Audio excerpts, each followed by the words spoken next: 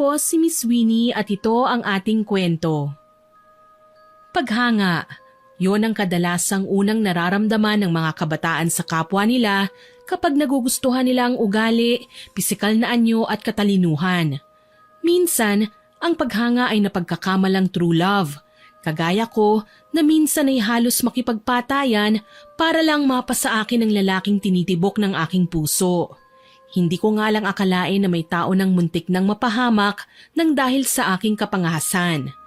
Hindi naman po talaga ako masamang tao, Miss Winnie.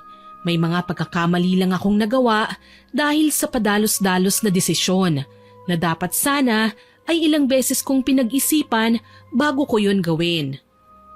Ako nga po pala si Trina, 32 years old sa kasalukuyan. Para lubos niyong maintindihan ang aking mga hugot na wika ng mga kabataan ngayon, ay ikukwento ko sa inyo ang aking nakaraan.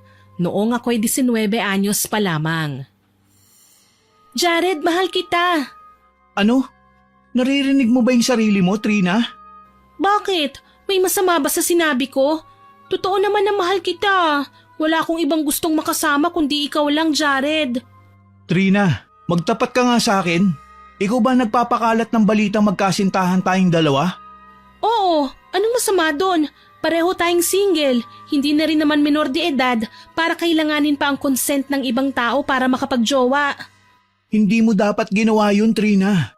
Alam mo naman na dinidiskartehan ko si Monique eh. Kapag nalaman niyang inaangkin mo akong boyfriend, siguradong mati-turn off sa akin ang babaeng gusto ko. Monique na naman, hindi ka ba nagsasawa? Ilang beses ka nang binasted ng bruhildang babaeng yun, hindi ba? Bakit kailangan mong ipilit sa kanyang hindi niya naman gusto? Nahihibang ka na ba? Ikaw ba, Trina? Kailan ka titigil sa kahibangan mo? Magkaibigan ng mga pamilya natin. Itinuring kitang nakababatang kapatid. Pero bakit hindi ka pa makontento sa pagtingin kaya ko lang na ibigay sa'yo? Kasi nga mahal kita. Hindi ka ba nakakaintindi? Hindi ko kayang makita na may mahal kang iba. Tsaka hindi ka niya pinapansin, Jared. Pakiusap, sa akin ka na lang. Hindi mo mararanasan ang sakit na pambabaliwala niya sa'yo. Wala akong pakialam. Tinabig ng binata ang kamay ko, tsaka niya ako walang habas na iniwan. Marahil nakilala ko ni Jared bilang spoiled brat. Pero kaya ko namang magpakabait eh. Kahit sinanay ako ng aking mga magulang na nakukuha ang lahat ng gusto, palibhasa nga nag-iisang anak lamang ako. Hindi naman kami nabibilang sa pinakamayaman, pero may kaya ang pamilya namin. May sariling bakery si mama sa bayan. Si papa naman isang abogado. Umiyak ako at hindi na pinansin pa ang nanghuhusgang tingin ng mga kapwa ko estudyanteng nakatingin sa akin. Karamihan sa kanila pinariringgan ako. Malandi, walang delikadesa, desperada. Halos lahat na yata ng masasakit na mga salita natanggap ko na. Pero baliwala lahat sa akin yun. Ang mahalaga lang, makuha ko ang gusto ko. Nagpupunas na ako ng aking mga luha nang may mahihinang tapik akong naramdaman sa aking balikat. Lumingon ako at nakita ang nag-aalalang si Monique. Baka sa magandang mukha ng dalaga ang simpatsya sa akin. Trina, ayos ka lang ba? Ayos lang ako, Monique. Huwag mo na akong alalahanin pa. Hindi ba sinabi ko naman sa'yo na kapag may problema ka, nakahanda akong makinig? Sige na, magkwento ka na. Family problem lang. Maayos ko rin to. Pagkakaila ko, ito ang isa sa problema ko kay Monique. Maganda na nga, sikat pa sa campus, matalino, mayaman, anak ng may-ari ng mismong universidad kung saan ako nag-aaral. Ubod pa ng baitang babae. Walang estudyante sa buong campus ang hindi nasilayan ng kanyang magagandang ngiti. Isa sa mga katangian na kinahuhumalingan ng kababata kong si Jared sa kanya. Well, kung family problem yan, wala naman sigurong hindi nadadaan sa maayos na usapan, Trina. Lapitan mo ang mama at papa mo. Sabihin mo sa kanila kung anong problema. Mag-open up ka sa kanila. Maybe kaya lang kayo hindi nagkakaintindihan dahil may mga bagay sila na ginagawa na hindi mo gusto. Pero yun ang nakikita nilang paraan para disiplinahin ka. Bakit ba ang bait mo sa akin? Panay pang lapit mo kahit mas mababa lang ako sa'yo. Kailangan ba may basihan ng isang tao para pwede siyang lapitan? Alam mo, Trina, kahit taong grasa, kakaibiganin ko as long as may mabuti siyang hangarin. May takot siya sa Panginoon. Hindi kailangan na mamili tayo ng mga taong lalapitan lang natin. Dahil ang Panginoon, hindi niya pinipilit ang kanyang mga anak. Lahat minamahal niya. Duda ako dyan, kasi kung mahal niya ang lahat ng anak niya, dapat walang nalulungkot ngayon, walang nasasaktan, walang nakakaramdam ng mga negatibong emosyon kagaya ng galit, selos at puot.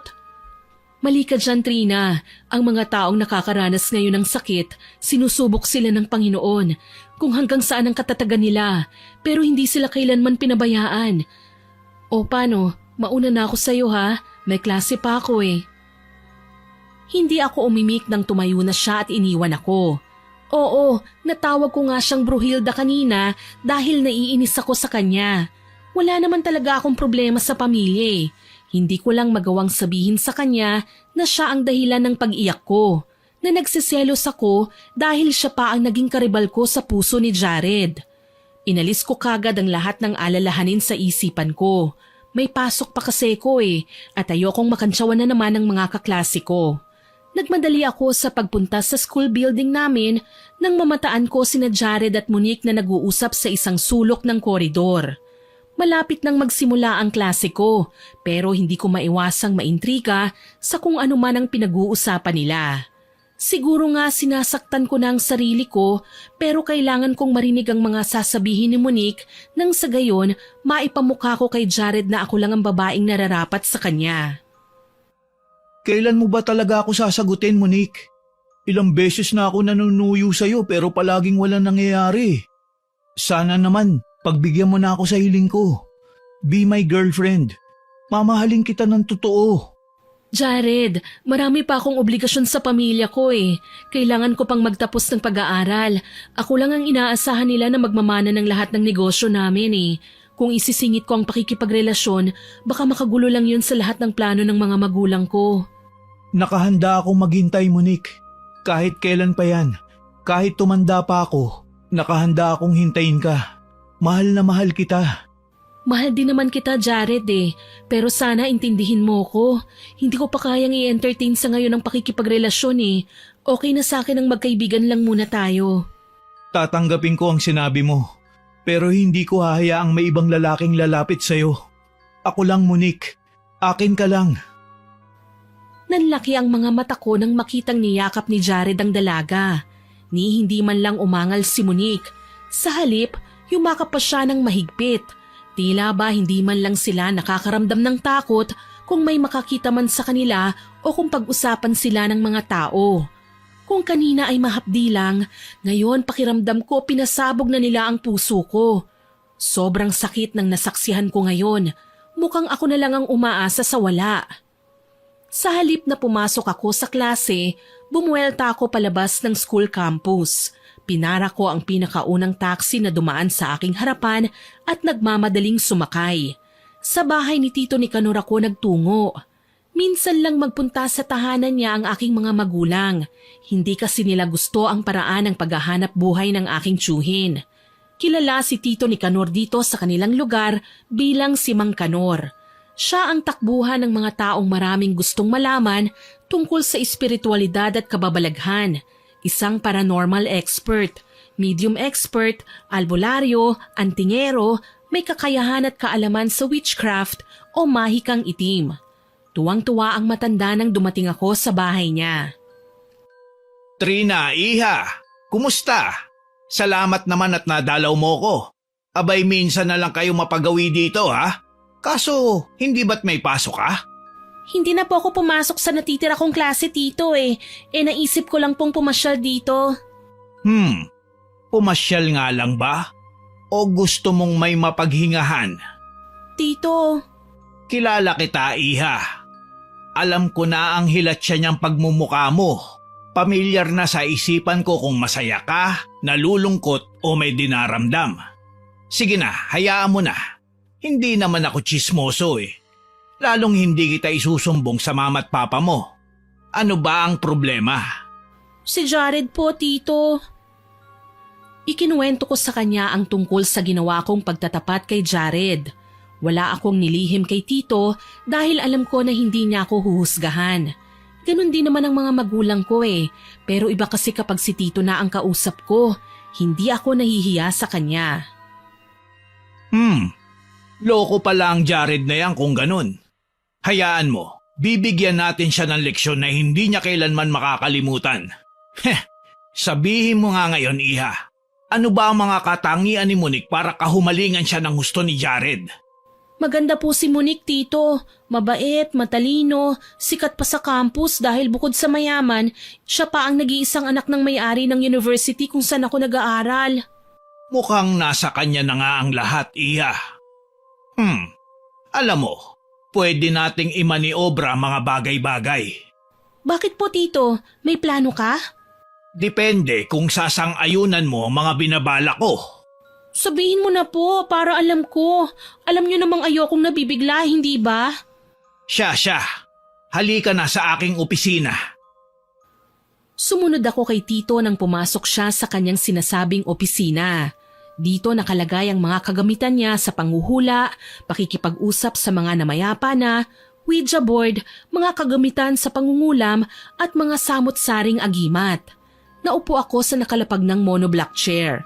Pinagmasdan ko ang malaking hugis bituing nakaguhit sa malapad at kulay itim na sementadong sahig. May nakatayo ng mga kandila sa bawat sulok ng bituin. Naupo si Tito sa gitna ng bituin at binuklat ang itim niyang may kakapalang libro. Iha, ano ang buong pangalan ng babaeng pinagseselosan mo? Monique po, Monique Salazar. May litrato ka ba? Saglit lang po. Kinuha ko ang aking cellphone at nag-search sa mga social media accounts. Nang may makuha kong larawan ng babae, ipinakita ko yon kay Tito. Mukhang ang Diyosa. Teka, may printer dun sa study room. I-print mo ang larawang yan at isulat mo ang buong pangalan saka mo ibigay sa akin. Sige po, Tito. Sandali lang po. Isang kopya lang ha, Iha? Sure po. Salamat, Tito. Dali-dali kong ginawa ang pinag-uutos niya. Nang makumpleto na ang mga detalye, bumalik ako kagad sa opisina ni Tito at naubutan ko siyang may inuusal na mga salitang tanging siya lang ang may kakayahang bumigkas. Iha, pakilapag ang larawang yan sa loob ng bituin. Sambitin mo ang parusang gusto mong mangyari sa lalaking nagugustuhan mo. Teka, Tito, nagkakamali kayo. Si Monique ang gusto kong parusahan, hindi si Jared. Pero Iha, si Jared ang dahilan ng sama ng loob mo. Minsan, kailangan nating isakripisyo ang lahat kahit ang mga taong mahal natin nang sa gayon, malaman natin kung tama ba o mali ang paniniwala natin sa mga bagay-bagay. Ayoko pong masaktan si Jared, Tito. Hindi masasaktan si Jared sa gagawin ko, Iha. Huwag kang mag-alala. Siya ang bibigyan natin ng leksyon. Kaya kailangan mo siyang gawing kabayaran sa gagawin nating orasyon. Hindi iepekto ang ating gagawin na kulam kung walang ibabayad na mahalaga sa atin. Tama pa bang gagawin natin, Tito? Magiging okay din ang lahat. Huwag kang mag-alala, Iha. Magtiwala ka lang sa akin. Sa bandang huli, wala akong nagawa kundi ang hayaan na lamang si Tito na basahan ang orasyon ng larawan ni Monique. Nagtataka lang ako dahil nababanggit din niya ang buong pangalan ni Jared. Kabado man, lihim ko na lang na ipinagdasal na sana maging maayos din ang lahat. Kapag nagawa niyo po ba ang orasyon na ito, magugustuhan na ako ni Jared, Tito? Sobra pa sa pagkagusto, Iha. Pero ang magiging kapalit nito, ang paglaho naman ng kagandahan ni Monique. Sa puntong ito, masusubok na ang katapatan ni Jared. Kung talagang tapat ba ang pagmamahal niya o pinaglalaruan niya lang ang damdamin ng mga babaeng nasa paligid niya. Alam kong tapat at mapagmahal si Jared, Tito. Kilala ko na siya simula pa pagkabata. Oras na pumangit si Monique, mababaling na sa akin ang pagtingin niya. Ang tanong, magiging masaya ka ba? Sigurado po ako, Tito. Kapag minahal ako ni Jared, ako na ang magiging pinakamasayang babae sa buong mundo. Tingnan natin. Sana hindi ka magsisi sa mga magiging desisyon mo. Malas lang po ni Monique at ako ang kinalaban niya. Wala siyang panama sa tindi ng pagsiselos ko, no? Matindi pa sa bagsik ng bagyo.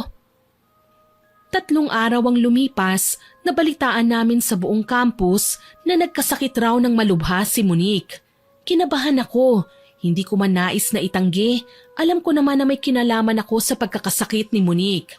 Pero hindi lang ako nagpapahalata sa takot na baka mapagbintangan nila ako. Trina! Trina! Oh, Jared! Bakit? Si Monique nasa ospital. Malubha ang kalagayan. Pwede mo ba ako samahan? Kailangan ko siya makita eh. Ano? May klase pa ako, Jared eh. Pasensya na. Kung gusto mo, ikaw na lang ang dumalaw sa kanya. Pupunta din naman ako kapag may libre akong oras. Saglit lang naman, Trina. Sige na. Marami ka namang kaibigan ah. Bakit ako ba ang kailangan mong abalahin? Pwede ba, Jared, tama ng plastikan? Alam mong nagtapat ako ng pagmamahal ko sa'yo. Isinugal ko ang pangalan ko at kahihiyan pero naging manhid ka sa lahat ng bagay na yon. Tapos ngayon isasama mo ako sa pagdalaw sa babaeng yon? Nag-aalala kasi ko ng sobra sa kanya, Trina. Saka wala naman ako ibang pinagkakatiwalaan kundi ikaw lang eh. Kaya sana naman, pakinggan mo ko. Kita ko sa mukha ni Jared na nag-aalala talaga siya sa dalaga. Hindi ko naman masabi na ayoko dahil nahihirapan akong tanggihan siya. Tawagin na akong tanga ng lahat pero kahit alam kong sa karibal ko kami pupunta, sumama ako sa kanya. Nadatnan namin si Monique na kasalukuyang ginagamot ng mga doktor ang muka. Inaasahan ko na ang pangyayaring ito pero nagkunwari akong nagulat. Nagimbal naman si Jared at hindi kagad nakapagsalita. Diyos ko, anong nangyari sa mukha mo, Monique? Nagsimula lang ito sa lagnat, Trina. Ewan ko ba, noong una akala ko chickenpox lang eh. Pero habang tumatagal, lumalaki at namamagana ng husto hanggang sa magsugat at magkaroon na ng nana. Ano raw ba ang pinagmulan? May sinabi na ba ang doktor? Wala pang findings eh. Hindi pa masabi ng doktor ang eksaktong karamdaman ko. Pero Monique, nagbago ang mukha mo. Parang nasunog. Gagaling pa rin naman daw ito, Jared. Huwag kang mag-alala. Ang mabuti pa, pupunta muna ako sa kantin. Bibili ko lang kayo ng makakain. Sige, salamat.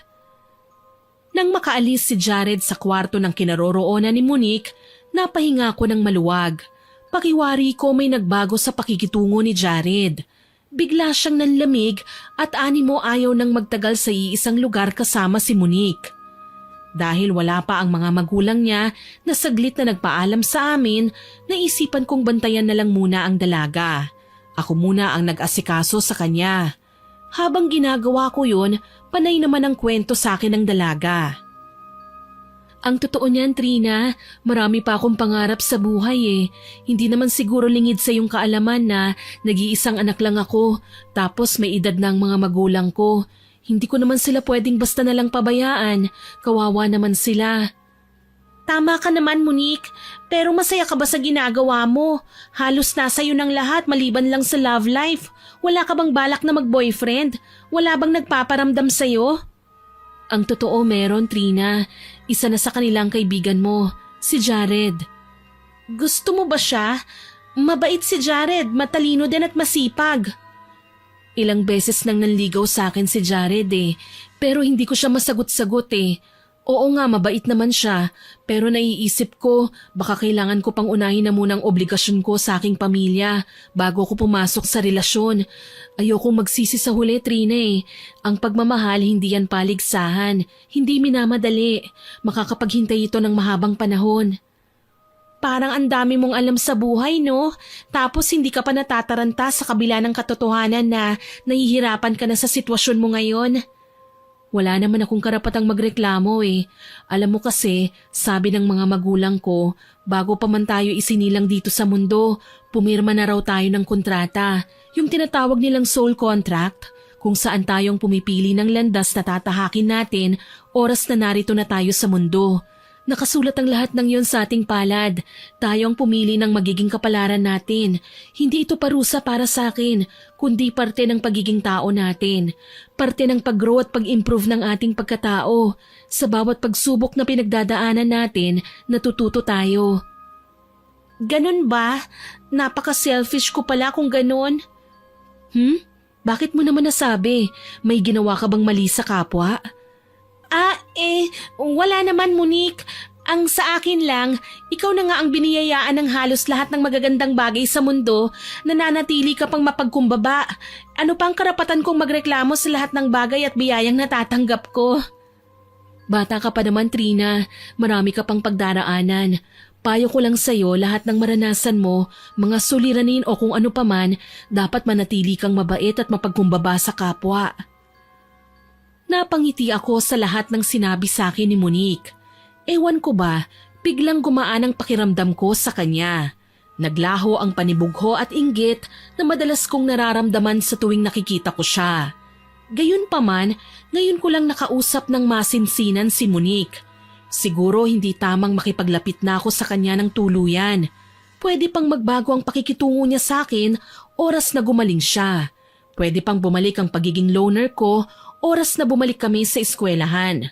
Kung gaano kadali niya akong napangiti, siya namang pagkawala ng saya sa mukha ko dahil sa pagsagi ng alalahaning yon. Monique, pasensya ka na ha, pero kailangan ko nang umalis eh. Teka, hindi mo ba hihintayin si Jared? Hindi na siguro, may klase pa kasi ko eh. Maaga pa naman kaya alam kong makakaabot pa ako. Sige, ikaw ang bahala. Pasensya na sa abala ha. Ingat ka. Ikaw din, pagaling ka. Tinapik ko ang balikat niya at tinanggal ang pilit ng ngiting nakapaskil sa aking labi nang makatalikod na ako sa kanya. Hindi ako dapat makampante. Baka kasi pinasasakay lang ako ni Monique at may nalalaman siya sa ginagawa ko. Ayokong mabuking sa kahit na anong galaw ko dahil lalabas ang totoong ginawa ko. Palabas na ako sa ospital nang makasalubong ko si Jared. Trina, saan ka pupunta? May pasok pa ako eh. Kailangan ko nang bumalik. Sana maintindihan mo ko. Sayang, may binili pa naman sana akong snacks para sa ating tatlo. Hindi na, okay na ako. Sige, aalis na ako ha. Sige. Nang mga sumunod na araw, nakapasok na rin naman si Monique sa school. Kaso lang napansin ko, may nagbago sa kanya. Panay ang pagtatakip ni Monique ng kanyang muka. Hindi na maihiwalay ang scarf at shade sa kanyang mga mata. Hindi na rin siya gaanong bumabati sa mga taong nakakasalubong niya. Dati, taas noo at kampante siyang nakikipag-usap sa halos lahat ng taong nakakatagpo niya sa daan. Pinagmamasdan ko siya ng isang grupo ng mga malditang babae ang lumapit kay Monique at namewang ang babae. Nakita kong dinuro-duro siya tsaka biglang hinablot ang nakatakip na scarf sa kanyang muka. Napasinghap ako nang makita ang nakakahindik na nangyari sa kanyang balat. Puro sugat at animo nagiging kalyo. Bakit niyo ginawa yon? Alam niyo naman siguro na nananahimik ako rito. Angal ng dalaga. Sa halip na pakinggan ay pinagtawanan siya ng mga babae, ngunit lumapit si Jared at pinatigil sila sa panglalait. Hindi ko alam kung ano ang sinabi ni Jared at nagawa niyang paalisin ng mga bulis. Para mas marinig silang dalawa, naisip kong maglakad palapit at nagkunwaring hindi sila nakikita. Tutal hindi pa naman nila ako napapansin eh. Monique, bakit kasi pumasok ka pa sa school? Alam mo naman na marami kong lessons na kailangang habulin, hindi ba? Kahit na. Alam mo na makikita nila ang mukha mo. Paano mo ipapaliwanag yan? Na basta na lang tumubo sa mukha mo na walang findings? Hindi hihinto ang buhay ko dahil lang sa may depresya ako. May mga obligasyon ako sa pamilya ko, Jared. Hindi ikaw ang makakapigil nun. Naririnig mo ba ang sarili mo? Hindi ka na maganda, Monique. Hanggat nandito ka, patuloy ka lang nilang kukutsayin at aapihin. Kahit pa ikaw ang anak ng may-ari ng eskwelahan na to. Kahit anak nga ako ng may-ari ng university na to, hindi ko pinapayagan ng mga magulang ko na itrato nila akong prinsesa. Mas magiging masaya ako kung gagalaw ako na kapantay ang ibang estudyante. Ngayon kung naiirita ka sa mukha ko, pwede ka nang lumayo. Abat! Naalarma ako nang makitang sinamaan ni Jared ng tingin si Monique. Ibang-ibang pinakita niyang ugali ngayon. May halong panghuhusga, naglaho na ang paghanga at pagmamahal. Ako naman, aminadong selos na selos sa dati ay pagkahumaling ni Jared kay Monique. Pero inatake ko ng matinding konsensya nang makitang sasaktan siya ni Jared nang dahil lang sa nagbago ang itsura ng dalaga. Nanliit ako sa aking sarili. Hindi ko akalaing magagawa ko ang mga bagay na ito nang dahil lang sa selos. Kaagad akong pumagitna sa kanilang dalawa. Ano na naman ang ibig sabihin nito, Jared? Huwag mo namang sasaktan si Monique. Umalis ka na, Trina. Huwag mo kaming pinakikialaman. May mahalaga kaming pinag-uusapan ng babaeng to. Ano bang nangyayari sa'yo? Bakit bigla kang nagbago? Sinabi mo na mahal mo si Monique. So ano to? Oo, minahal ko si Monique. Halos magmukha akong aso sa kakasunod sa kanya pero walang nangyayari. Tapos ngayon wala na sa kanyang ganda. Sa kanya ako didikitan? Ano to, lukuhan? Parang napakababaw naman yata ng rason mo, Jared. Hindi porke may nangyari sa itsura ni Monique, hindi na siya maganda. Tignan mo nga yung sarili mo. Nararamdaman kong gustong magwala ni Jared ng mga sandaling yun, kaso hindi niya magawa. Pinalilibutan na kasi kami ng iba pang mga estudyante, kaya umatras siya at ibinalik ang maamo niyang muka. Ako naman, hindi ko alam kung bakit nagawa kong kampihan si Monique. Hindi ko naiwasang taasan ng boses si Jared, gayong siya naman itong gusto ko. Pero bakit hindi ako masaya? Dala ng matinding frustration, muli akong nagpunta sa bahay ni Tito. Tinawagan ko siya para hindi na muna umalis sakali man na may lakad siya. Mahalaga kasi ang sasabihin ko sa kanya. Tito, nandito na po ako. Oh, Iha. Hindi ko akalaing mas mapapaaga ang pagpunta mo dito kaysa sa inaasahan. Inaasahan niyo na darating ako? Oo naman, kasi kilala kita. Alam kong mapag-obserba kang bata at hindi ka masama. Minsan, may nasasabi o nagagawa ka lang dulot ng kawalan mo ng kontrol sa sitwasyon. Nadadarang ka ng galit. Hindi ka nakakapag-isip ng tama. Paano niyo po nalaman ang lahat ng yun? Lumaki ka man sa piling ng mama at papa mo, madalas ka naman nilang ikwento sa akin sa telepono. Kahit hindi tayo palaging nagkikita. Kabisado ko na ang ugali mo, Iha. Spoiled brat ka, pero hindi salbahe. Tito, nakukonsensya po kasi ako sa pinagawa ko sa inyo. Nakikita ko kung paano kinakawawa ng ibang tao si Monique. Hindi naman po yun ang gusto ko. Ang nais ko lang naman, malamangan ang kagandahan ni Monique nang sa gayon mabaling sa akin ang pansin ni Jared. Bakit? Hindi ba sang-ayon sa'yo ang nangyayari? Pangit na si Monique. Ilang araw mula ngayon, ibabaling na ni Jared ang kanyang pagtingin sa'yo. Ewan ko po, Tito. Sa halip na mag-celebrate, parang hindi ako masaya. Naaawa ako sa kanya, lalo na't nakikita kong pinagkakaisahan siya ng iba. Alam ko naman na walang gusto sa akin si Jared, pero hindi naman mapang-api sa akin ng ibang tao. Mabilis kang matuto, Iha. Kaso lang, pasensya na. Hindi pa tapos ang orasyon na ikinabit ko kay Monique, kaya magtitiis pa siya ng medyo matagal. Nakagat ko ang pang-ibaba kong labi nang marinig ang sinabi sa akin ni Tito. Mukhang matagal-tagal ko ring iindahin ang konsensya dito sa puso ko. Naging padalos-dalos ako sa aking mga desisyon, gayong sa maikling panahon na nakilala ko si Monique, napagtanto ko kung gaano siya kabait. Trina, Iha, huwag kang mag-alala. Hindi malalagay sa peligro ang buhay ni Monique. Marahil, hindi mo pa napapagtanto ang aral na sinasabi kong matututunan mo sa puntong ito. Pero alam kong balang araw, malalaman mo din kung ano ang nais kong ipahiwatig sa'yo. Ano po bang dapat kong gawin sa ngayon, Tito? Hindi naman pwedeng hayaan ko na lang na magdusa si Monique. Alam kong ako ang nagtulak para maging miserable ang kalagayan niya. Pero hindi naman po ako papayag na apihin na lang siya ng kung sino. Ipagtanggol mo na lang siya laban sa mga mapanghusgang tao, Iha. Huwag mong hahayaang pagbuhatan siya ng kamay ni Numan. Kaya nga kita tinanong kung sigurado ka na ba sa desisyon mong ipakulam si Monique, hindi ba? Ang mga taong kagaya niya, hindi matatanggihan ang kapalaran niya magdusa. Pero kalaunan, maglalaho din ang dahilan ng pagiging miserable ng buhay niya. Manunumbalik ang dati niyang ganda. Magtiwala na lang tayo. Sana nga po, Tito. At nakikiusap po sana ako. Huwag niyo nang mabanggit kina mama at papa ang mga ginawa ko, ha? Oo naman. Walang problema. Nagsisisi po talaga ako sa ginawa ko. Oo nga't naiinis ako sa kanya nang makitang lalapit-lapit sa kanya si Jared. Nagselos ako, pero kahit kailan, napagtanto kong hindi naman siya naging masama sa akin eh. Ganyan talaga, Iha. Minsan, malalaman lang natin ang halaga ng isang tao kapag nagsisi na tayo, kapag nagkasala na. Gusto ko mang magtaka kung bakit parang hindi man lang nag-aalala si Tito sa ginawa namin kay Monique, nagtiwala pa rin ako sa kanya.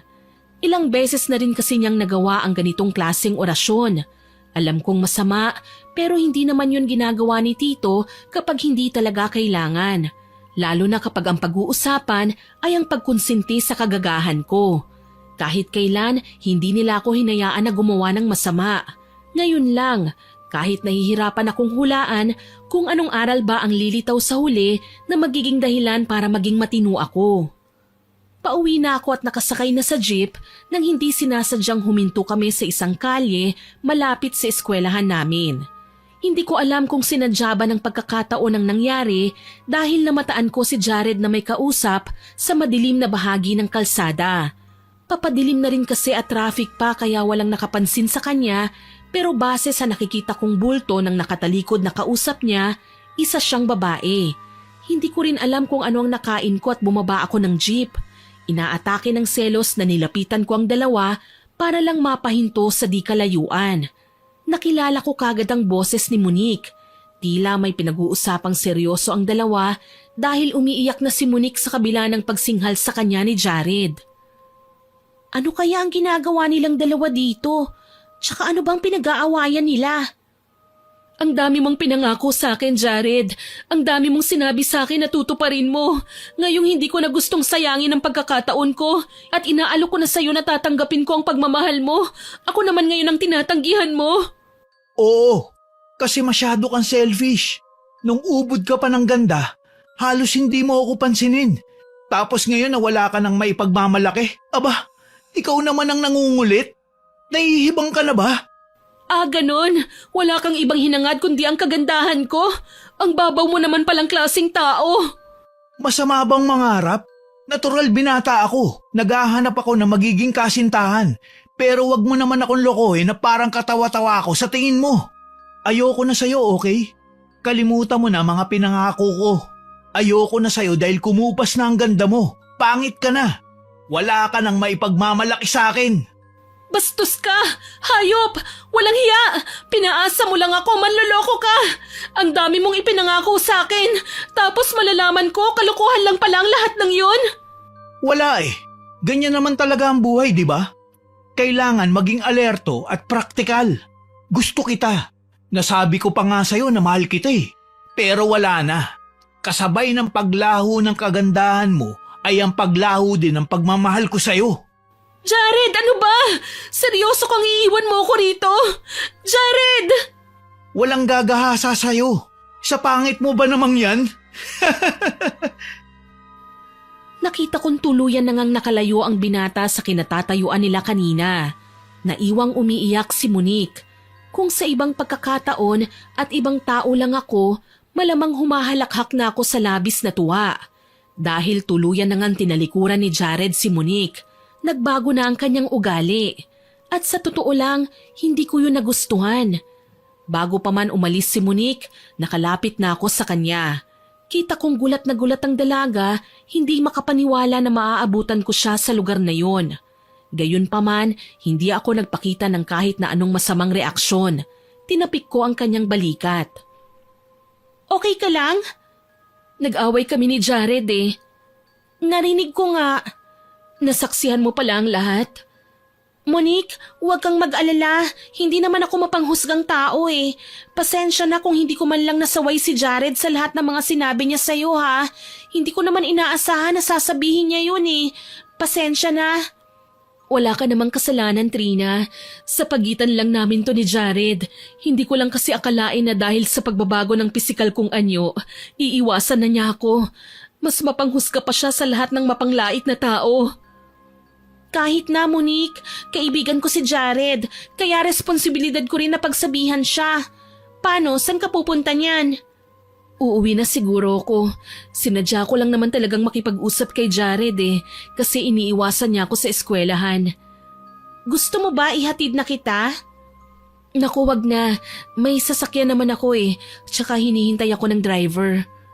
Buti hindi kanya sinusumbong sa mga magulang mo, no? Ayokong gumaya sa iba, Trina.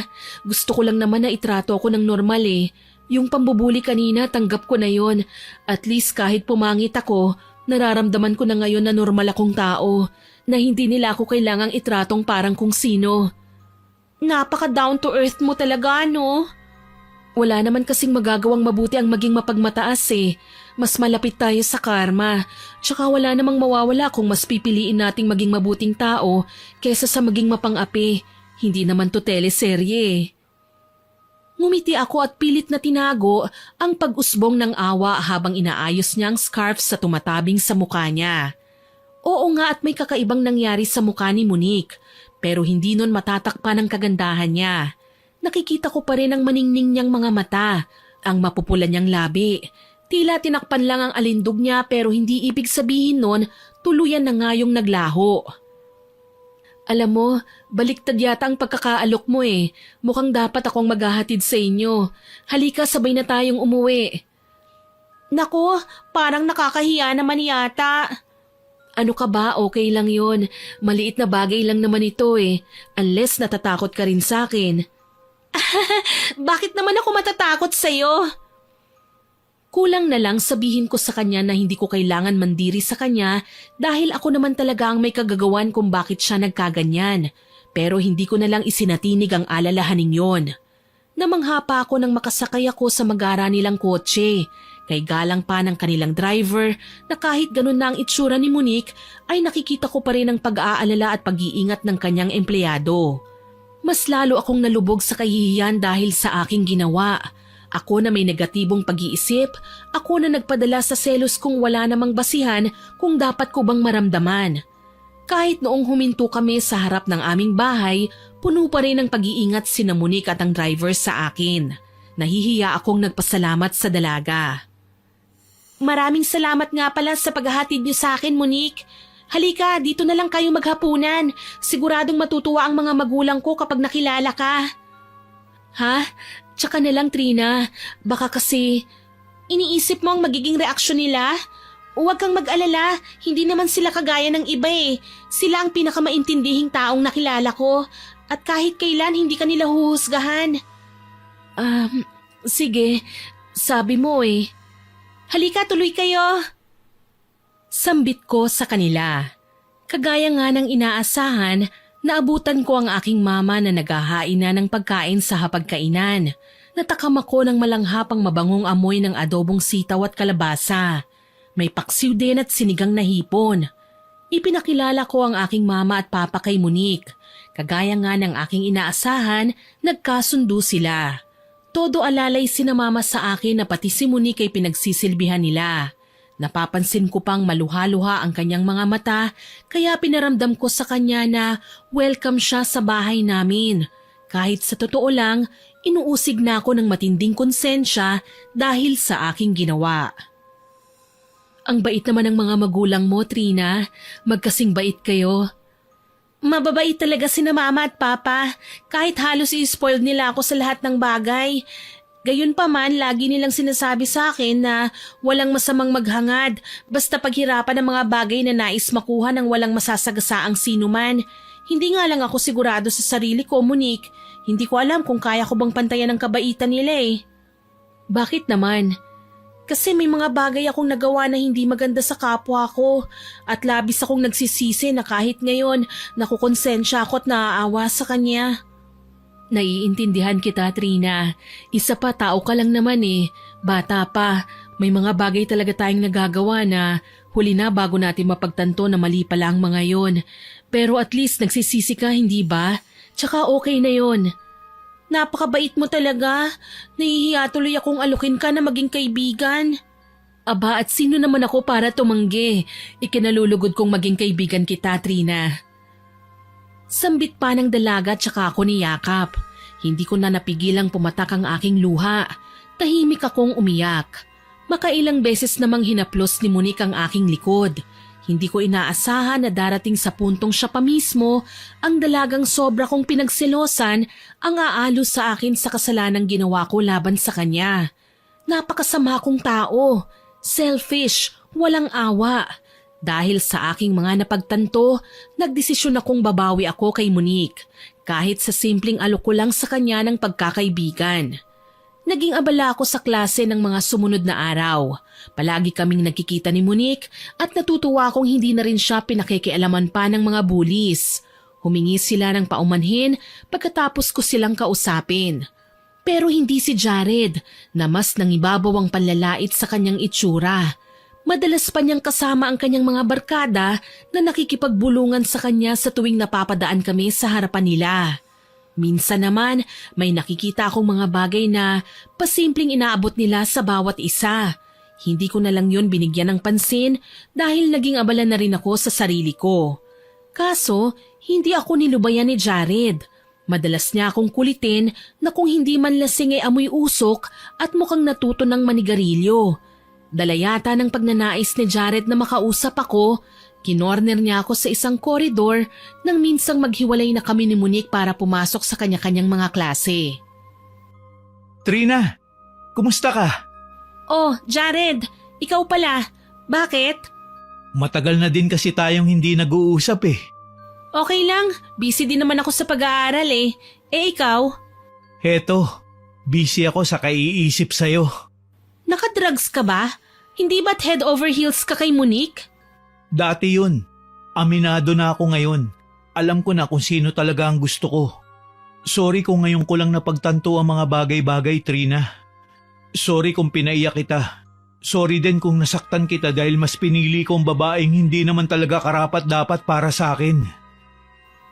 Napataas ang kilay ko sa sinabi niya. Noon ko napagtanto na maski ang pasimpleng ngiti ng binata ay wala ng epekto sa akin, Miss Winnie. Hindi na ako kinakabahan sa tuwing nasisilayan siya ng aking mga mata. Hindi na lumulukso ang puso ko sa tuwing humahakbang siya papalapit sa akin. May nagbago at napalitan ng pagkairita. Ngayon ko lang napansin na may pagkahambog pala si Jared. Yung akala niya, siya na ang pinakapogi sa lahat ng kalalakihan sa university. Malakas ang loob niyang magyabang kasi akala niya habulin siya ng babae at sumikat lang naman siya dahil sa panliligaw niya noon kay Monique na ilang beses din naman siyang binasted. Wala sa sariling iniangat ko ang aking kanang kamay at malakas siyang sinapak. Gulat na gulat si Jared sa aking ginawa. Niwala sa hinagap na magagawa ko yun sa kanya. Trina? Lalaki ka bang talaga? Alam mo, nagsisisi talaga ako na nagpakatanga ko sa'yo eh. Nagsisisi ako na nagkagusto ko sa'yo. Eh wala ka namang kwenta. Trina, ito naman ang gusto mo, di ba? Ang mahaling kita. Ito na ako, solo mo na ako. Kahit kailan, hindi na ako magkakagusto kay Monique. Iiwasan ko na siya. Napagtanto kong ikaw pala ang mahal ko. Eh gago ka pala eh. Alam mo, dati may gusto ko sa'yo, pero hindi na ngayon. Isa kang malaking turn-off sa pagkababae ko. Mabilis na nagbago ang ekspresyon ng mukha ni Jared. Napalingon siya sa paligid at napansing paparami na ang nanonood sa amin. Nakita ko sa mga mata niya na gusto niya akong saktan, pero alam kong iniiwasan niyang may makitang hindi maganda sa kanya ang mga tao. Marahan niyang hinigit ang aking braso at gigil akong binulungan. Ano bang pinagsasabi mo, Trina? Ipinapaya mo ba ako talaga sa harapan ng maraming tao?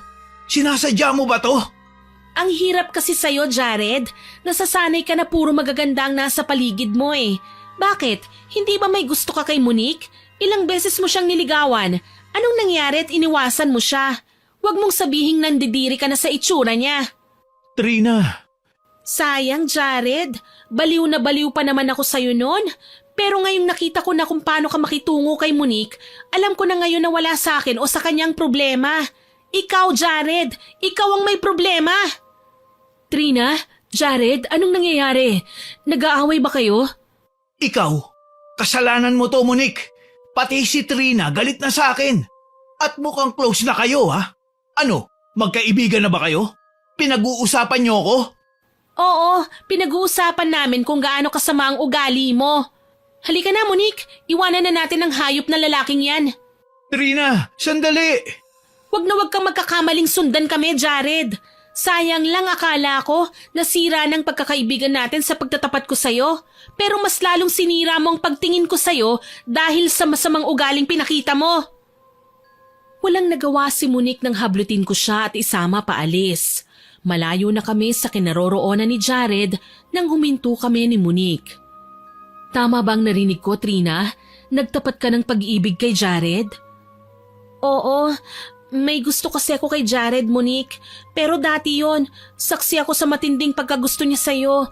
Ilang beses din akong sumunod-sunod sa kanya na tila ba isang desperadang babaeng wala ng pag-asa na magkaroon ng relasyon sa buhay. Matagal ko na siyang gusto, Monique. Simula pa nung mga bata pa lang kami. Sorry, hindi ko alam. Naging dahilan din pala ako ng pagkabigo mo sa pag-ibig. Kaya pala sa tuwing makikita kita, palagi kang malungkot. Patawarin mo ko. Wala ka namang kasalanan eh. Sa katunayan yan, ikaw pa nga ang nagligtas sa akin mula sa muntikan ko ng pagkabaliw sa kanya. Ha? Paano ko naman nagawang iligtas ka? Sa pamamagitan mo, nalaman kong hindi naman pala sincere magmahal si Jared. Ang gusto lang niya ay ang maganda at maipagmamalaki niya. Bulok ang pagkatao niya, Monique. Ngayon ko lang napagtanto na tama nga ang payo sa akin ng tito ko. Humarap ako kay Monique at niyakap siya. Nagkaiyakan kami at nagpasalamatan. Gusto kong humingi ng tawad sa kanya ng personal pero natatakot akong ipagtapat sa kanya ang mga nagawa ko kaya nalagay sa miserableng sitwasyon ng buhay niya. Mula ngayon, wala na tayong aatupagin kundi ang mapabuti ang buhay ng bawat isa. Iiwasan ng mga mapansamantala at mapang-abusong ang habol lang ay kagandahan at kasikatan. Yan din ang gagawin ko, Monique. Maraming salamat ha. Naging maayos din naman ang aming pagkakaibigan sa paglipas ng mga araw. Ayun nga lang, may mga pagkakataong nag-aalala ko para kay Monique. Mas lalong lumalala ang kanyang karamdaman eh. Madalas na siyang hindi pumapasok kaya palagi ko siyang dinadalaw sa bahay nila. Nang makita ko ang dalaga, naawa ako ng husto sa kanya. Nakita kong namayat si Monique at namumutla. Wala na ring kislap ang sigla ng kanyang mga mata. Maging ang buhok niya ay magulo at wala ng kintab. Madalas din siyang magsuka at mahimatay sabi ng mga magulang niya. Yon ang dahilan kung bakit kailangan siyang manatili sa ospital para lang maasikaso ang kanyang lumalalang kalagayan. Kumusta ka na, Monique? Heto, ayos naman, Trina. Nangihina lang pero alam ko naman nagagaling din ako makalipas ng ilang linggo. Nag-aalala ako para sa'yo, Monique. Ano kaya kung lumapit na tayo sa albularyo? Para kasing wala namang nagagawang kahit na ano ang mga doktor dito sa ospital eh. Parang mas lumalala pa ang kalagayan mo. Huwag mo akong alalahanin. Baka ganito lang talaga ang epekto ng mga gamot na iniinom ko. Mas lalo akong nangihina. Hindi, kailangan nating sumubok ng ibang paraan. Sandali, may tatawagan lang ako. Kinuha ko ang aking cellphone at tinawagan si Tito. Alam kong siya lang naman ang makakatulong sa akin sa mga oras na ito eh. Hindi ko na rin kayang pagmasdan ng matagal ang aking kaibigan. Matagal ko siyang tinuring na karibal pero wala naman akong narinig na kahit na ano sa kanya. Kaya ang gusto ko, maging malinaw na sa amin ang lahat. Ipagtatapat ko sa kanya ang katotohanan. Kung talagang tunay na kaibigan na ang turing niya sa akin, alam ko naman na maiintindihan niya ako. Nakakailang ring lang at sumagot kagad ang tito ko. Oh, Trina, pamangkin ko, kumusta ka? Napatawag ka. Tito, pwede niyo po ba akong puntahan dito? Hindi ko na po talaga kayang tiisin ang usig ng konsensya ko eh. Tama nga naman ang timing mo. Huwag kang mag-alala, pupunta ako. Nasaan ka ba ngayon? Nandito po ako sa ospital, Tito. Pwede ko bang i-text na lang sa inyo? Oo naman. Sige, i-text mo na lang sa akin at maghahanda na ako. Tumango na lamang ako na animo nakikita ko siya sa harapan ko. Nang mamataan ko ang papalapit na si Jared, dali-dali kong tinago sa aking bagang cellphone. Ni hindi nga ako nakagalaw kagad nang hilahin ako ni Jared at dalhin sa isang sulok. Ano bang problema mo? Amoy alak ka! Naglasing ka! Mag-uusap tayo. At wala kang pakialam kung nakainom man ako o hindi. Ano pa bang dapat nating pag-usapan? Nilinaw ko naman sa'yo na tigilan na natin to. Ano ang titigilan natin? Wala pa nga tayong nasimulan eh. Alam kong gusto mo ko, Trina. Pa-hard to get ka pa. Alam ko naman na mabaliw-baliw ka sa akin noon. Ano nangyari? Bakit nanlamig ka sa akin? Dahil nalaman mong hindi ko na kayang mahalin si Monique dahil pangit na siya? Mag-isip ka nga.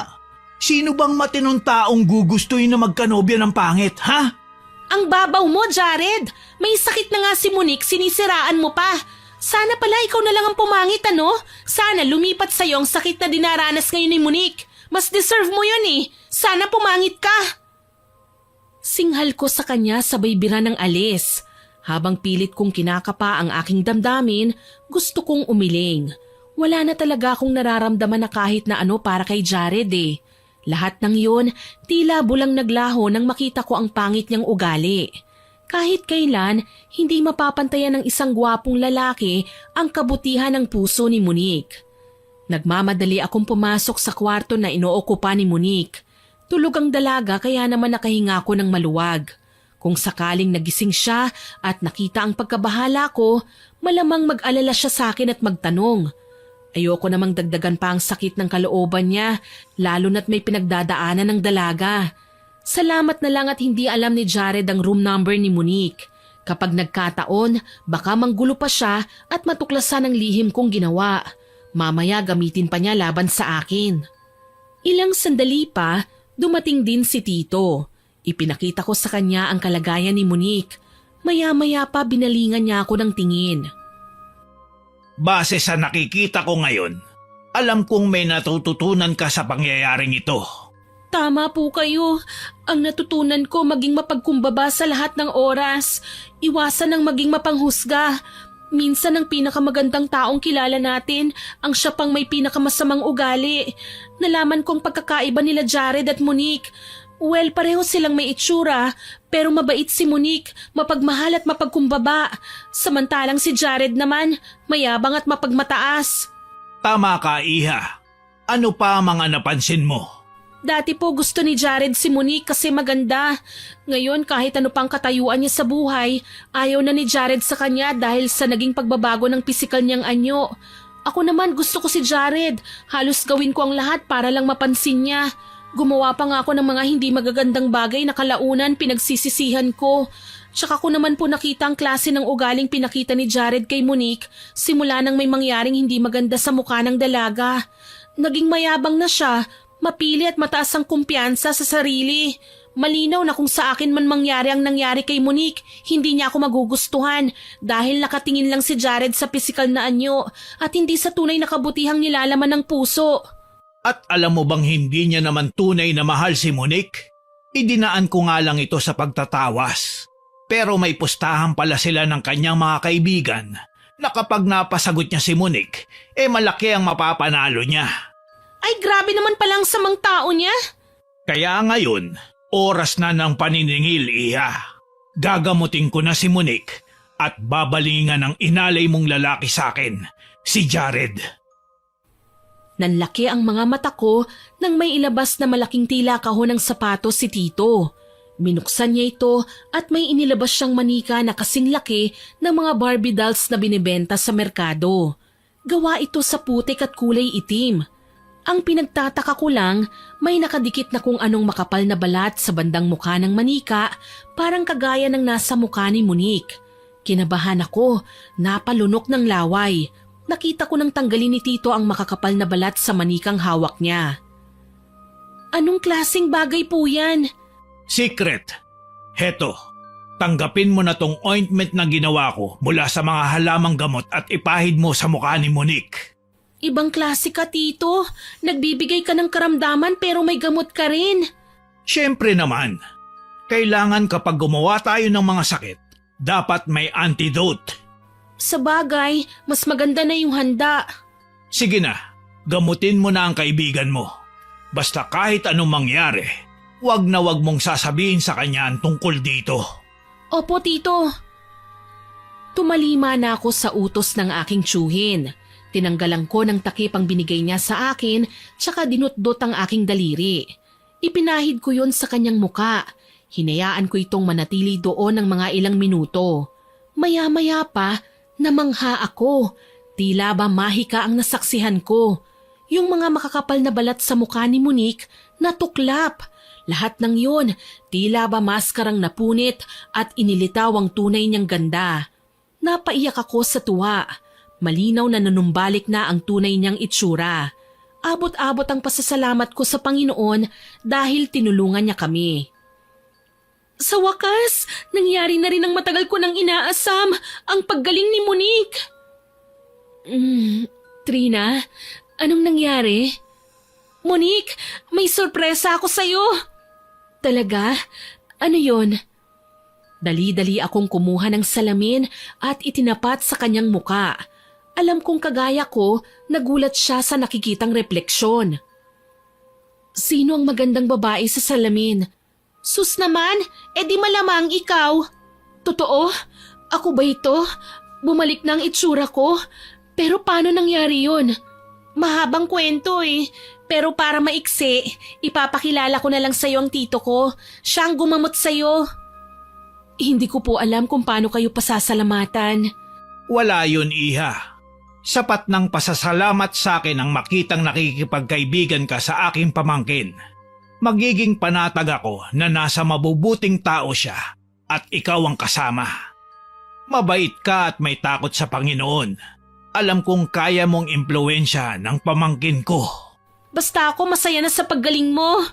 Ako rin, Trina. Sabi na nga ba may awa rin ng Panginoon eh. Tuluyan na ngang gumaling si Monique. Kinausap kami ni Tito at kumuha na lang siya ng alibay tungkol sa sakit na dinanas ng dalaga. Pinalabas niyang nabati lang siya at binigyan kami ng mga bracelet na pangontra laban sa mga masasamang elemento. Magkasama kaming inayos ang muntikan ng masira niyang buhay. Sa totoo lang, naisip kong wala naman talaga akong dapat na ikainggit sa kanya. May sarili rin naman akong katangian na wala sa iba. Kaya alam kong hindi ko na kailangan na maghangad ng higit pa. Naging best of friends kami nang dati ay tinuturing kong karibal. Tinanggal ko na sa aking sistema ang walang katuturang pagseselos. Natuto na ako eh. Pero sa kabila ng mga magagandang bagay na nangyari sa buhay ko, may isa pa palang tao ang hindi natututo. Si Jared. Pauwi na ako mula sa eskwelahan ng hapong yon nang abangan niya ako sa labas ng gate. May dala siyang motorsiklo at nakikita ko naman na maayos ang tingin niya sa akin. Parang nakikinikinit ako ang dating Jared na tunay kong kakilala. Ngumiti siya sa akin na ginantihan ko naman. Dito ko lang siya natitigan ng maayos. Malaki ang pinagbago ni Jared. Nangangalumata at medyo humpak ang pisngi niya. Maihahalin tulad ko sa mga lalaking nalulong sa pinagbabawal na gamot. Mapula rin ang mga mata at palaging nangangalit ang mga bagang. Tuwing nagsasalita siya, medyo kumikibot patabingi ang labi niya. Para na talaga siyang adik, pero maliwanag naman ang kanyang itsura. Trina, kamusta? Ang tagal na simula nang huli tayong magkita. Oo nga eh, ikaw napansin ko, hindi ka na pumapasok sa school? Nag-drop out ako eh. Marami kasi kong kailangan ayusin sa bahay ko. Oo nga pala, pansin ko, pauwi ka na. Okay lang ba na sabay tayo? Pero daan muna tayo sa resto. Kain naman tayo. Matagal na kasi kitang hindi nai-invite eh. O kahit sa bake shop lang. Nadaanan ko kanina. Marami silang bagong bake na cake. Ha? Para saan? Eh hindi ba nagalit ka sa akin noon? Oo, nagalit ako sa'yo. Pero nung huli, napagtanto ko naman ang mga pagkakamali ko. Kaya nga gusto kitang imbitahan kumain eh. Para naman makabawi ako. Gusto ko din sana mag-sorry sa'yo. Sorry sa lahat ng mga nagawa at nasabi ko ha. Sorry sa mga nagawa ko rin kay Monique. Balita ko kasi magkaibigan na kayo ngayon eh. Jared, hindi mo naman kailangan bumawi sa akin eh. Sapat na yung mag-sorry ka. Tsaka birthday ng tito ko at nasa bahay siya nagse-celebrate. Pasensya na kung hindi kita maiimbita ha. Galit pa rin kasi sa'yo ang mga magulang ko eh. Sana maintindihan mo. Okay lang Trina. Pero sana naman pagbigyan mo ako sa imbitasyon ko. Kahit sandali lang. Please. Naisip ko, Wala naman sigurong masama kung pagbigyan ko si Jared para lang sa sandaling pag-uusap. Pagkatapos kasi nito, nagdesisyon na akong layuan siya. Pareho niya kaming sinaktan ni Monique sa magkaibang paraan nga lang. Pero iisa ang sama ng ugali niya, malupit at mapanglait. Inalalayan niya akong makasampa sa motorsiklo niya matapos akong tumango. Ilang sandali lang, nakarating kami sa isang bake shop at napa-order siya ng cakes at drinks. Ako naman, saglit na nag-CR at tinawagan si Monique para ipaalam kung nasaan ako at kasama ko si Jared. Trina, nasan ka na ba? Nasa bake shop ako kasama si Jared, Monique. Seryoso? Akala ko ba hindi ka na makikipag-usap sa kanya? Matigas kasi ang ulo ng lalaking to eh. Parang naghahanap pa ng closure kahit wala naman talaga kaming dapat pag-usapan. Pero okay lang, saglit lang naman ako dito eh. Mamayang konti aalis na rin ako. Sige, mabuti pa nga. Pero teka, paki-on na lang ang location ng phone mo para sakali man malaman ko kung nasaan ka. Ha? Bakit naman? Masama kasi ang kutob ko, friend eh. Basta mas mabuti na yung sigurado, okay? Sige na nga. O haya, naka-on na. Kahit itrack mo pa ako sa phone mo, malalaman mo kagad kung nasaan ako. Mabuti naman. Paano, bilisan mo na lang dyan, okay? Nakuha ko na ang cake ni Tito. Tuwang-tuwa nga siya kasi nag-abala pa raw tayo. Birthday naman niya so ayos lang. O paano, kailangan ko nang balikan si Jared ha? Sure, ingat ka. Huwag basta-basta magtitiwala ah. Ibinaba ko na kagad ang cellphone at sinilid sa bulsa ng suot kong jeans. Nang bumalik ay nakahanda na ang mga pagkain sa mesa. Hindi ko matanggihan ang masasarap na cake lalo na't mahilig ako sa matatamis. Kaso yun nga lang ang pagkakamali ko nang kainin ko ang pagkaing ibinigay niya sa akin. Sa kalagitnaan kasi ng paglagok ko ng pinainom niyang soft drinks, nakaramdam ako ng pagkahilo. Teka, bakit ganun? Parang nahihilo ko. Bakit? Ano nangyari? Okay ka lang ba? Teka, nahihilo kasi ko eh. Sinubukan ko ang lumingon sa paligid pero talagang hindi ko kayang titigan ng maayos ang bawat tinititigan ko. Hanggang sa hindi ko na namalayan, nagdilim ang paningin ko. Nang muli akong magising, nasa isang masikip na lugar ako, nakagapos at may piring sa mata. Hindi rin ako makasigaw dahil may busal din ang aking bibig. Kinilabutan ako at inalala kung ano bang nangyari sa akin. Huli kong natatandaan, kausap ko si Jared bago ko nawalan ng malay. Kinakabahang sinubukan kong magpumiglas. Teka, kising ka na pala, best friend. Ano, okay ka pa ba dyan? Oo nga pala, hindi ka makapagsalita. Tanggalin natin ang piring mo sa mata, pati ang busal sa bibig mo. Hayop ka, Jared! Anong ibig sabihin nito? San mo ako dinala? Obvious ba? Di tinago ka. Ikaw naman kasi, ang dami mong arte. Nakahanda na nga akong mahalin ka, ayaw mo pa.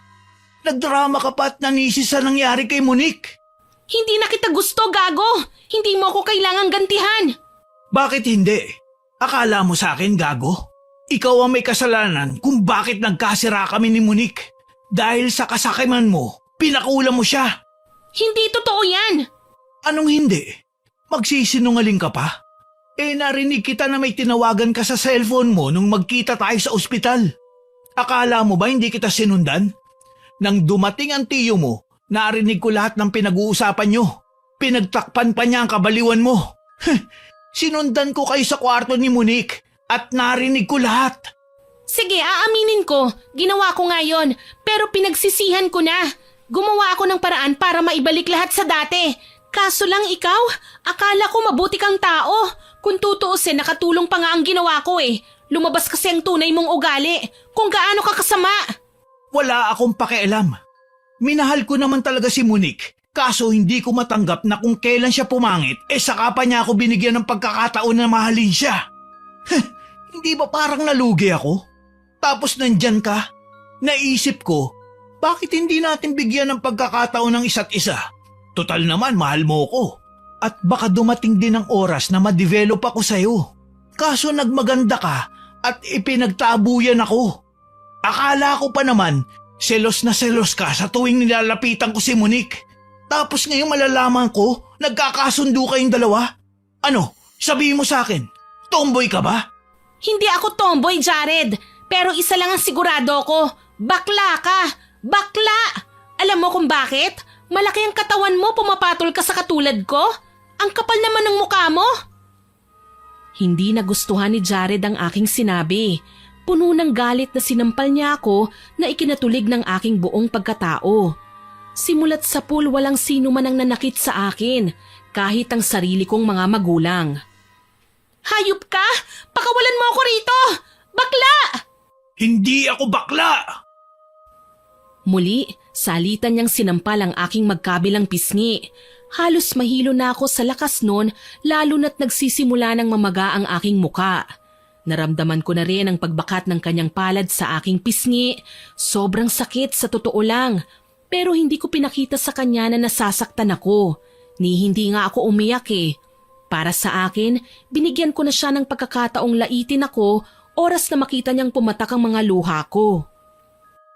Talagang matapang ka. Hindi ka man lang umiyak. Malayo ka na sa lampa at balat sibuyas na kababata ko noon na palagi kong pinagtatanggol. Lumabas din sa bibig mo. Magkababata tayo. Bakit mo to ginagawa? Dahil gusto ko. May iba pa bang rason, ha? Siguro adik ka, no? Huwag ka nang magkunwari, Jared. Alam ko ang totoo, kahit hindi mo pa sabihin. Huwag mo nang bilugin ang ulo ko sa pagsasabing minahal mo si Monique dahil alam ko, pinagpustahan niyo lang kami ng mga kaibigan mo. Talagang matalino ka, Trina. Nalalaman mo kagad ang mga bagay-bagay. Pues, ano pang itatanggi ko? Ngayong alam mo naman pala ang totoo. Sige, sasabihin ko. Adik nga ako. At ang pustahan, totoo yun. Nagpustahan kami ng mga kaibigan ko. Ang gagawin namin pambayad, mga drugs. Ano, masaya ka na? Hayop ka, Jared! Magbabayad ka! Ang tapang mo ay nakagapos ka naman dyan. Sayang lang. Balak ko pa naman sana makipagkaibigan uli sa'yo eh. Kaso, hindi ko din pala gusto ang ugali mo. Ano ba? Pakawalan mo ako! Hindi. Dito ka na mamamatay. Napasigaw ako nang maglabas siya ng martilyo at binalak na sana akong pukpukin. Kaso lang, nagulat ako nang makitang natulala si Jared. Kitang-kita ko kung paanong animo may malakas na puwersang hindi nakikita ang nagbabalak na labanan ng binata. Pinigil niya ang kamay na may hawak na martilyo dahil imbis sa akin, pinupuntirya niya yon sa kanyang sariling ulo. Anong nangyayari? Baka kinakarma ka na, Jared. Monique, anong ginagawa mo rito? Paano mo kami natuntun? Bago mo pa makidnap ang kaibigan ko, tinawagan niya ako at pinaalam na magkasama kayo. Masama ang kutob ko sa'yo, lalo na't ilang beses na kitang nakitang kasamang mga kaibigan mong drug addict. Kaya naman pinaon ko sa kanyang location ng cellphone niya. Kaya kahit hindi ko siya tawagan, na-trace ko siya kagad. Talagang mga tuso kayo. Pareho kayo ng kaibigan mo. Sana lang hindi ka magsisi at nakipaglapit sa kanya. Alam mo bang kinulam ka niya at pinagselosa ng gusto noon? Huwag kang mag-alala. Alam ko ang tungkol doon. Sinabi na sa akin ng tito niya. At naiintindihan ko sila. Kasi nalaman namin ang tunay mong ugali. Yang bait-baitan sa simula. Tapos malalaman ko na lang na nakipagpustahan ka sa mga kaibigan mo para sa kakarampot na droga. Wala kang pakialam. Bahay ko to, maarting babae. Oo nga, wala naman talaga akong pakialam sa kahit na anong gusto mong gawin eh. Kaso lang pasensyahan tayo. Hindi ako ang may kagagawan sa kababalaghang nangyayari sa'yo ngayon. Napasigaw si Jared nang tila nagkaroon ng sariling isipan ng kanyang kamay na may hawak na martilyo. Pinukpok niya yon sa kanyang sariling ulo. Anong nangyayari? Abay malay ko, baka kinakarma ka na nga. Ikaw naman kasi, pwede mo naman kaming maging mabubuting kaibigan, pero pinili mo pa talagang saktan kami ni Trina. Pasensya ka na lang kung may mga hindi kami nakikitang kaibigan na nagbabalak na gumanti sa'yo. Hindi ako dapat na ginagantihan. Wala akong kasalanan. Biktima lang ako ng panluloko nyo. Hindi ka biktima. Sa katunayan, ikaw ang manloloko eh. Tumawa pa si Monique sa aking sinabi at nagmamadali niya akong kinalagan. Naalala ko ang mga siniwalat kanina ni Jared at nahihiyang tumingin ako kay Monique. Monique, yung tungkol sa sinabi ni Jared, hayaan mo akong magpaliwanag. Trina, huwag kang mag-alala. Matagal ko nang alam yon. Hindi ko lang sinabi sa'yo kasi nag-aalala ako na mahiya ka eh. Tsaka kalimutan mo na yon, okay? Wala na sa akin ang nakaraan. Nakatulong pa nga yun sa pagkilala ko sa tunay na pagkatao ni Jared eh. Paano mo nalaman? Noong ginamot ako ng tito mo sa ospital, nakita ko kung gaano ka kasaya nang makitang gumaling na ako. Nagpapanggap lang akong tulog ng mga sandaling yon. Dito ko nalaman na mabait ka at ayaw nang may nasasaktan dahil pinagsisihan mo nang nagawa mong kasalanan. Tsaka masaya nga ako na nakipaglapit ako sa'yo. Kaya huwag ka nang mag-isip ng kahit na ano ha. Kasama ko si tito. Siya ang gumagawa ng kababalaghan kay Jared para magkaganyan. Buti na lang talaga na i-on mo ang location ng cellphone mo. Maraming salamat talaga, Monique. Hindi ko pa lubos akalain na ikaw pa ang magliligtas sa akin. Kaibigan at kapatid na ang turing ko sa'yo. Hindi na yun magbabago pa, Trina. Kaya kahit anong mangyari, asahan mong nasa likuran mo ko. Nakahanda akong tumulong sa'yo. Niyakap ko ng mahigpit si Monique. Hindi ko na pinansin si Jared na noon ay nagwawala at namimilipit sa sakit. Ano man ang nararamdaman niya ngayon, malakas ang kutob kong may kinalaman doon si Tito. Dahil kahit noong inaalalayan ako ni Monique palabas ng kinaroroonan namin, hindi man lang siya nagpakita at nanatili daw sa sulok habang pinagmamasdan ang pagwawala ng lalaking muntik nang magpahamak sa akin. Sa awa ng Panginoon, naipakulong namin si Jared. Matibay ang ebidensya sa kanya, lalo na't sumaksi ang tindera sa bake shop at binigyan ng otoridad ng kopya ng CCTV kung saan kitang-kita ang ginawa niyang pagkidnap sa akin. Dagdag kaso pa sa kanya na dinroga niya ako para mawalan ako ng malay kaya mukhang mahihirapan na siyang makalabas sa kulungan. At least safe na tayo. Wala nang loko-lokong lalapit sa atin para saktan tayo. Nangihinayang lang ako sa sinapit ng buhay niya. Naging magkababata kami at mabait naman siya eh. Hindi ko lang alam kung bakit siya nagkaganyan. Hindi na ako magtataka. Nalulung siya sa pinagbabawal na gamot eh. Lumabas na ang resulta ng drug test at nagpositibo siya na gumagamit ng drugs.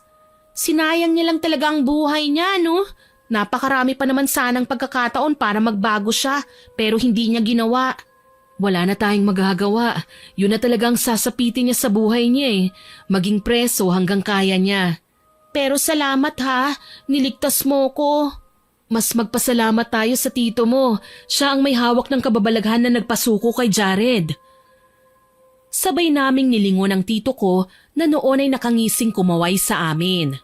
Alam kong marami siyang kalokohan pero hindi ko inaasahang hindi pa pala siya makukontento hanggat hindi personal na humingi ng tawad sa amin si Jared. Niyaya niya kasi kami na magtungo sa kulungan makalipas ang 2 linggo.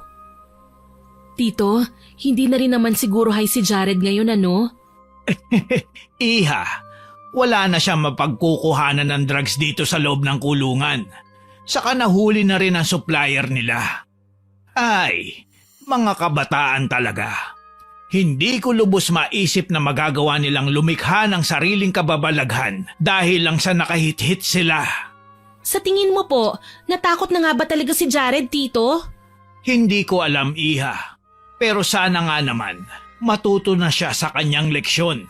Lalo na at nasa atin ang alas para makakita pa siya ng araw, kalsada at kalayaan sa labas ng bilangguan.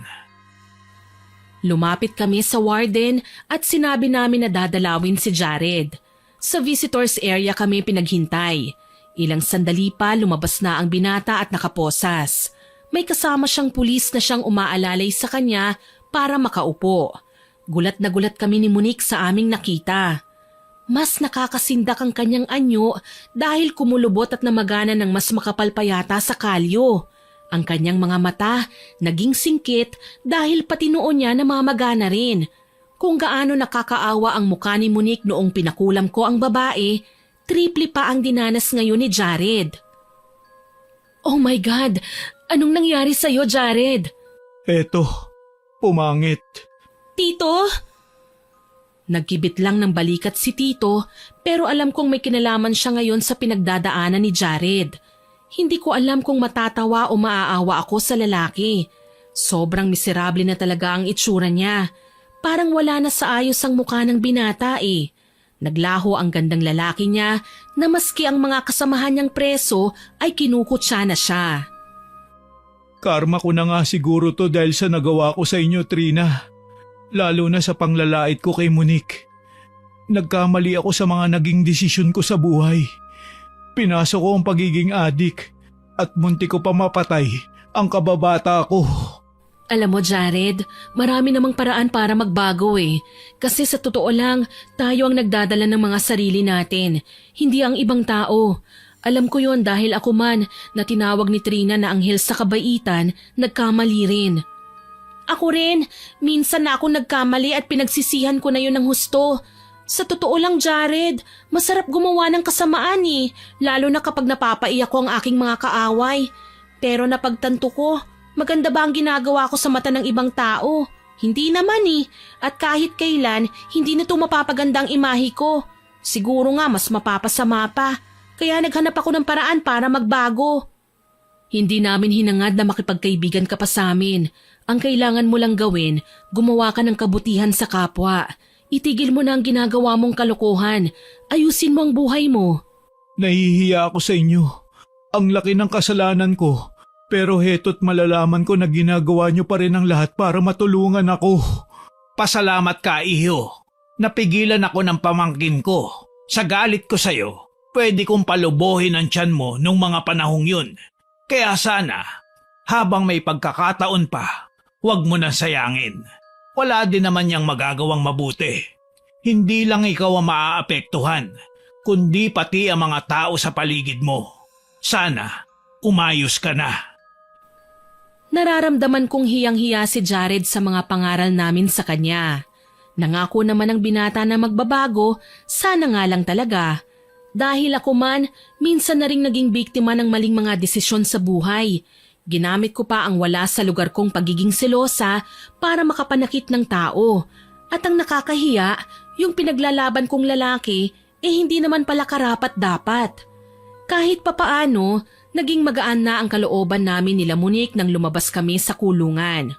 Tutulungan pa rin naman namin si Jared pero hindi na ako papayag na lumapit pa siya sa amin. Mas mainam pa rin na nag-iingat lalo na't ang mga taong hirap magbago ay may tsansa pang gumawa ng katarantaduhan kapag naburyong. Nagpatuloy kami ni Monique sa aming mga pangarap. Sa katunayan, sabay kaming nagtapos at may papasukan ng trabaho. Congratulations, best friend!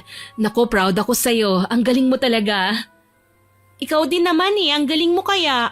Tsaka sikat ka na ang dami mo ng suitors. Hay nako, manigas muna sila sa paghihintay sa akin. Obligasyon ko muna ang pamilya ko, no? Alam mo na, nag-iisang anak lang ako eh. Pareho naman tayo eh. Kaso sina mama, kinukulit na ako mag-asawa. Ayoko nga muna, no? Gusto ko pang magtrabaho, mag-ipon at magbabakasyon abroad. Aba, sama ako dyan Balita ko masarap pa sila ng Paris. Kung sa Netherlands kaya tayo pumunta? Pwede naman nating suyurin ng buong mundo, no? Basta mag-iipon tayo ng malaking halaga. Sa bagay, kaya simulan na natin ang pagtatrabaho? Ay, magse-celebrate pa nga tayo, Sabay kaming nagtawanan at nagyakapan ng aking kaibigan. Alam ko hindi na magbabago ang tingin ko kay Monique. Sa katauhan niya, nakatagpo ako ng kakampi, kakambal at kaibigan na kahit kailan hindi ko nahanap sa itinuring kong kaibigan na si Jared. Sa ngayon maayos naman kami sa aming mga naging karir. At take note, napuntahan na namin ni Monique ang Paris Susunod naman daw naming papasyalan ay ang Spain. Pareho pa rin kaming wala pang boyfriend at mas ini-enjoy namin ang maging single kahit nalampas na sa calendar ang mga edad namin. Hindi naman nawawala ang mga suitor na ine-entertain man namin ay kailangan pa rin naming kilalanin ng husto. Tama na ang isang pagkakamali sa katauhan ni Jared. Speaking of, nakalaya na rin after 6 years ang mokong. Talagang hinayaan siya nila mama at papa na magdusa sa kulungan. Huling balita namin, ikinasal na siya at sumama sa Kabisayaan, sa tahanan ng kanyang napangasawa. May 3 na silang anak. Sunod-sunod daw kasi ang mga bata sa edad dahil taunang mga nakangkanyang asawa. Si Tito naman, tumigil na sa palihim na pangkukulam pero kasalukuyan pa rin siyang takbuhan ng mga tao pagdating sa mga paranormal na bagay. Nagsosolve na lang siya ng mga cases ng mga taong nais makausap ang mga namayapa at nagtitinda rin ng sikat niyang ointment na nakatatanggal ng mga karamdamang nakukuha sa hindi ordinaryong mga nilalang. Tito, wala ka ba talagang balak na mag-asawa? Sa edad kong ito, tuturuan mo pa akong humanap ng mapapangasawa? Jasking bata ka. Talagang guguluhin mo pa ang isipan ko ha? Abay, forever single na ako. Paano naman kayo magkakaanak niyan? Kanino niya ipapamana ang mga anting-anting niyo? Kanino pa? Di sa'yo. Napangiwi ako sa sinabi ni Tito. Honestly, wala akong alam sa pangkukulam o pagkausap ng mga engkanto. Okay na akong maging simpleng si Trina, ang kaibigan ni Monique na dating nagpatikim ng lagim dahil sa taglay na pagkaselosa. Hanggang dito na lamang po. More power po sa inyong channel at God bless. Sana po ay nagustuhan niyo ang aking ibinahaging kwento. At ngayon naman po, oras na para sa ating shoutout. Shoutout po kay Len TV, kay Chris Alcantara, kay Javen Delasa na nagsabing favorite channel niya raw po ito. Salamat po. Shoutout din po kay Joanne Roa from Jordan, kay Josefina Fuelias, kay Pinoy Horror Hub from Aklan, kay Richelle Adapon, kay Lorisa Bibat from Saudi Arabia. Hello din po kay Jinky De Pedro, kay Rosalie Armado na nag-comment po sa Asawang Kawawa Upload. Ang sabi po niya, hindi na daw po siya makatulog nang hindi naririnig ang mga kwento natin. Salamat po ma'am sa pakikinig at suporta. Shoutout din po kay Margie Deonarce at Jocelyn from Taytay Rizal, kay Irene Benavides, kay Alma Datwin Altamia, kay Ma'am Elizabeth Maramot na nakikinig habang nagluluto. Hello po ma'am. Shoutout din po kay Johnny Semato na nag-comment sa Mapanirang Kumari Upload. Ang sabi po niya, wag na wag ka talagang magpapautang, tumulong ka lang kung kaya mo. At wag magkikwento ng success sa buhay dahil kahit BFF mo yan at kilala, inggit pa rin yan at yung mga tao sa paligid natin.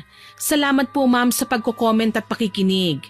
Hello din po kay Sweetest Ruby Girl, kay Melchor Dacula, kay Barbilin din po. Hello sa inyong triplets, kay Linda Beth, kay Lara Beth at Lisel Beth. Shoutout din po kay Emelinda from Laguna, kay Amy Gay Escalon Molly, kay Alona Baguio, kay Koy Cabrera, kay Luisa, kay Rose Magbanwa, kay Midel Ayura. Hello din po kay Sian at Aliyah Vloggers, kay Tamano Pansod, kay Ashley Domingo, kay Kathy Domape, kay Maria Cristina from Kuwait, kay Haina Gomez na nagsabing nakaka-addict daw po ang stories natin. Salamat po. Shoutout din po kay Yusa April na new follower daw po natin from Jeddah. Thank you po. Hello din po kay Rhea May Lasco na new subscriber din daw po natin, kay Josephine Castillo, kay Audrey Sechico, kay Jenmer Garcia at kay Mark Jimmy Guevara. Salamat po sa inyong lahat na nagkomento at nakinig. Abangan niyo pa po sana ang mga susunod kong upload ha, at huwag niyo pong kalilimutang mag-subscribe, like, share and comment sa kwento natin. Para po mabilis niyong makita kung may bago tayong upload, pindutin niyo lang po ang notification bell para updated po kayo kagad. Aasahan ko pa rin po ang inyong suporta ha. Muli ako po si Miss Winnie na nagpapasalamat sa inyong pakikinig.